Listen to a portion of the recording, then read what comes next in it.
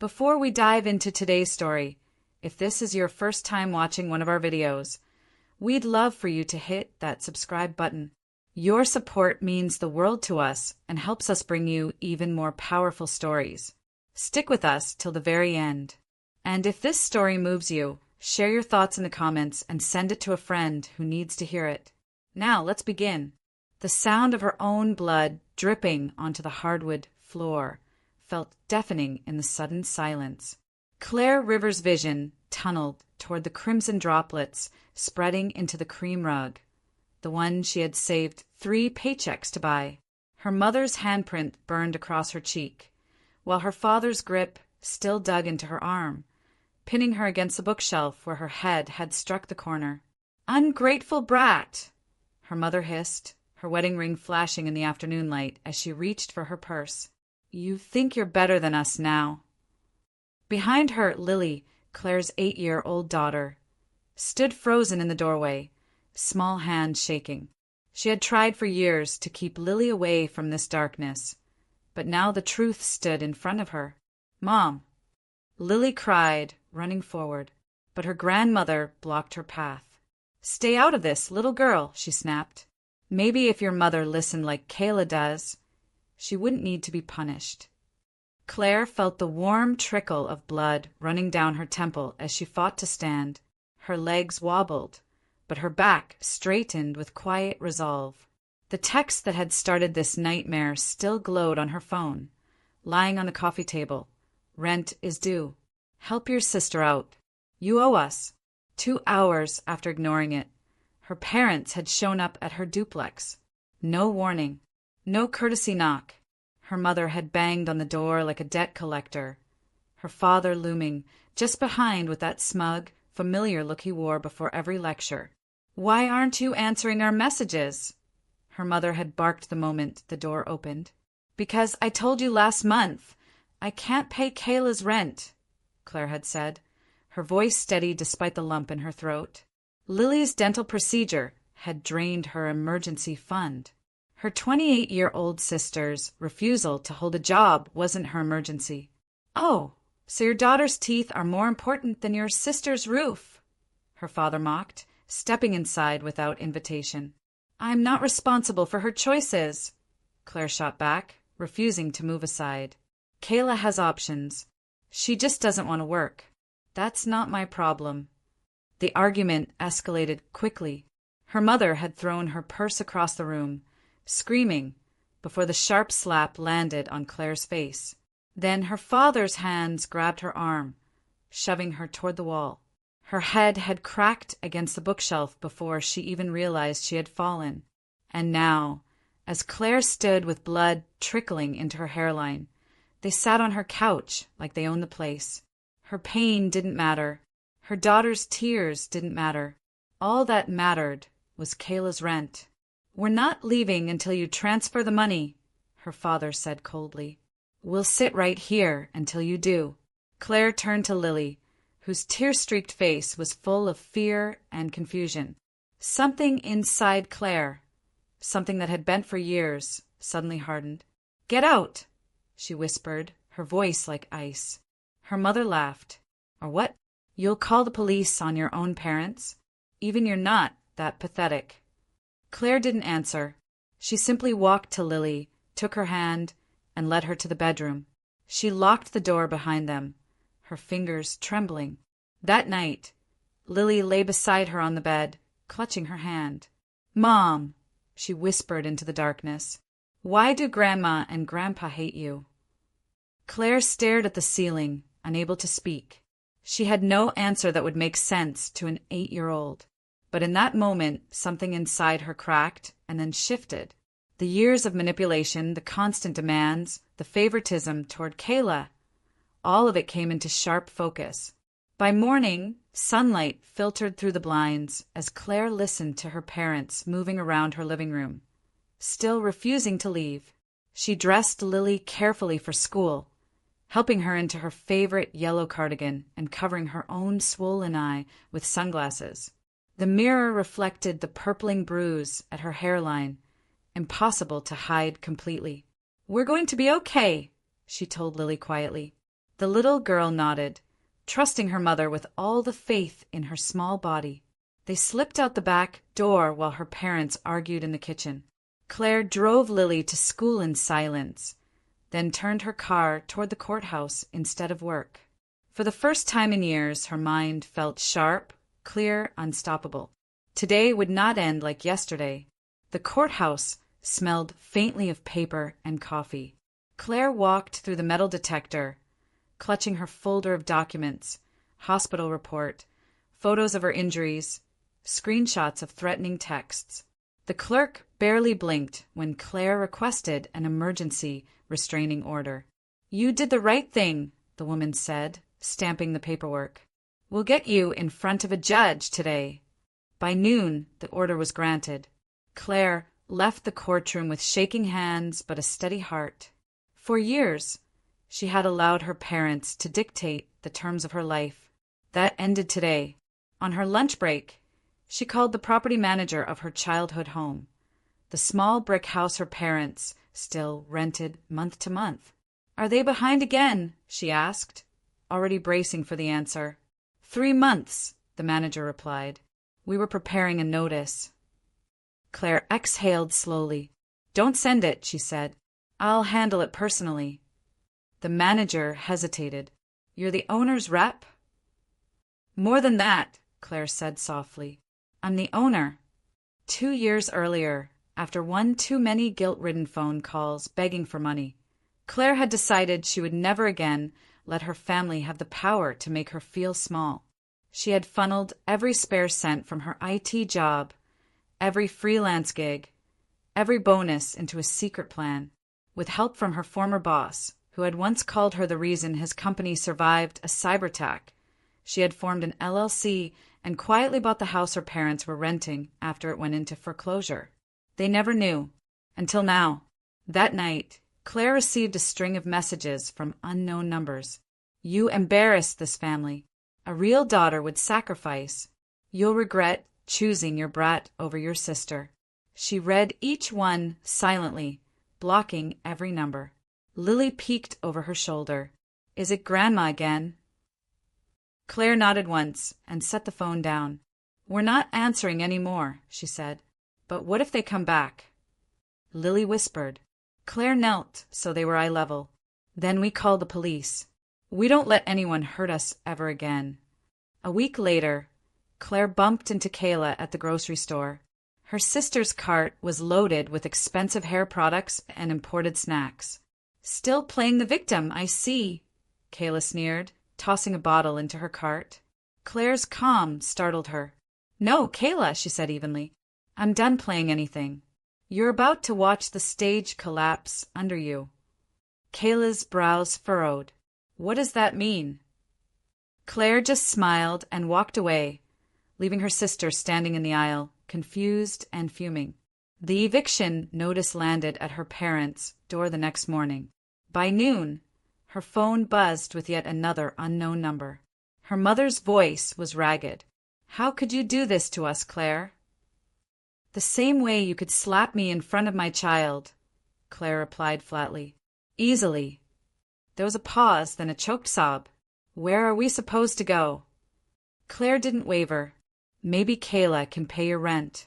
You always said she was the responsible one." Her mother hung up without replying. Exactly 30 days later, Claire stood across the street from the house she had grown up in. The yard was littered with plastic bags and broken furniture, the remnants of pride left to rot. Her father paced angrily on the porch while her mother dragged suitcases toward the curb. Lily held Claire's hand tightly. "Do they know?" Lily asked softly. "They know now," Claire said. As they crossed the street, her mother's face flushed. "You can't be serious, Claire. We're your family." Claire's voice was calm. "You were my family. You chose control over love." Her father stepped forward, his shadow stretching over Lily. "You think owning this house gives you power," he growled. Claire didn't flinch. "No," she said. "It gave me freedom. And today I'm taking it." When he reached for her arm, she raised her phone. "Touch me again, and the police will be here before you can finish your next threat." He froze. For the first time, fear flickered across his face. Lily stepped forward, chin raised. "You shouldn't have hurt my mom," she said. "You lied about love." Silence fell. Her mother's lip trembled, but no apology came. Claire turned, leading Lily back toward the car. "Come on," she said softly. "We have our own home to go to." As they drove away, Claire felt lighter than she had in years, like she had finally breathed for the first time. That evening, Claire sat at their small kitchen table, a mug of chamomile tea warming her hands, while Lily colored quietly across from her. The lavender bushes outside their new house caught the sunset light, glowing like they'd been waiting for them all along. "Do you feel better now?" Lily asked, not looking up from her drawing. Claire thought for a moment before answering. "I feel clean," she said softly, "like something heavy has been washed away." Lily smiled, satisfied with that answer, and went back to coloring. Over the next few weeks, the house began to feel like theirs. Claire painted the living room a soft sage green, repaired the squeaky back gate, and planted herbs in the windowsill. Lily's laughter slowly returned, louder each day.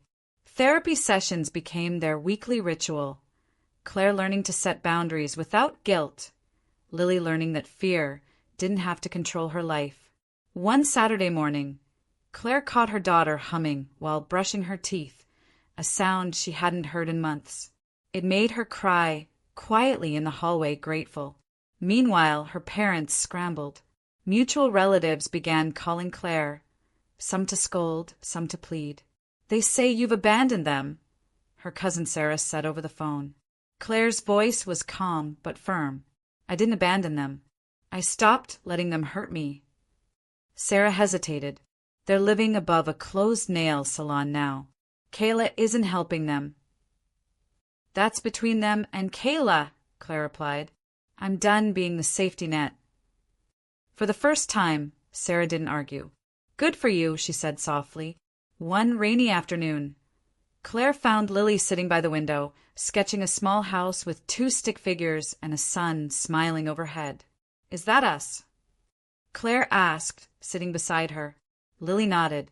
"I like this house," she said. "It feels safe." Claire wrapped an arm around her. "That's because it is safe. No one can hurt us here." The storm outside rumbled, but Claire felt something shift deep inside. A quiet promise to herself that she would never again let anyone bring that darkness back. Weeks turned into months, and the silence from her parents stretched on. Claire no longer jumped when her phone buzzed. She filled her life with new things: Saturday breakfasts with Lily at the diner, a book club at the library, evening walks with neighbors who waved back warmly. She even picked up freelance security projects again, slowly rebuilding her savings. "You're smiling more," Lily observed one night as they washed dishes together. "That's because we're free now," Claire said, "and freedom feels good."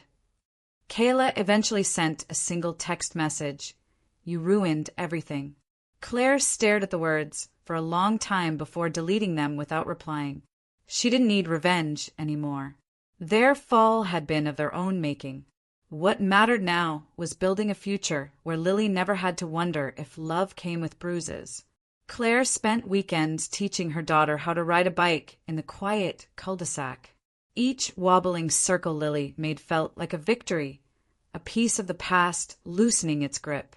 One evening, as golden light spilled into the kitchen, Claire lit a single candle on the table and sat down across from Lily.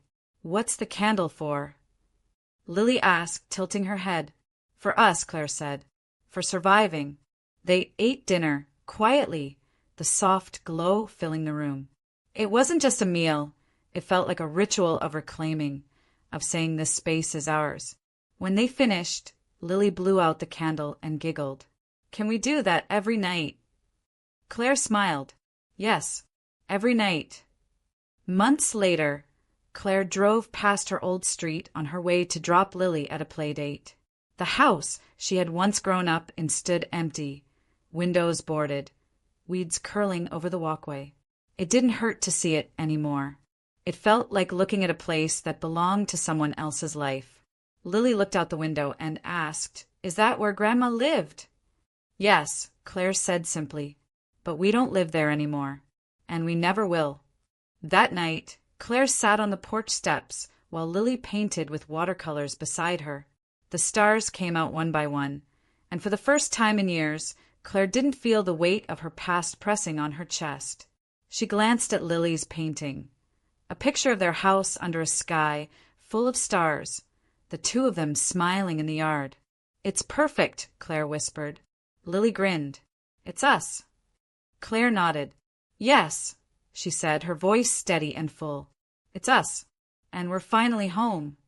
A few weeks later, Claire received one last letter in the mail with no return address. She almost threw it away, but opened it out of curiosity. Inside was a single page, her mother's handwriting jagged and angry. "You'll regret this. Families are supposed to forgive." Claire folded the letter once, then fed it through her shredder without a word. "Was it from them?" Lily asked, looking up from her crayons. Claire nodded. "But it doesn't matter. We don't let their words live here anymore." That weekend, Claire and Lily hosted their first gathering at the new house. Just a few neighbors and 2 co-workers from Claire's office who had been quietly supportive through it all. The smell of baked lasagna filled the kitchen, laughter spilling into every corner.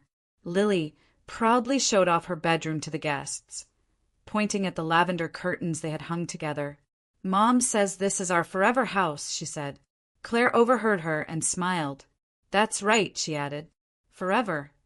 Later that night, after everyone had gone home and the dishes were washed, Claire sat on the porch again, staring at the moon.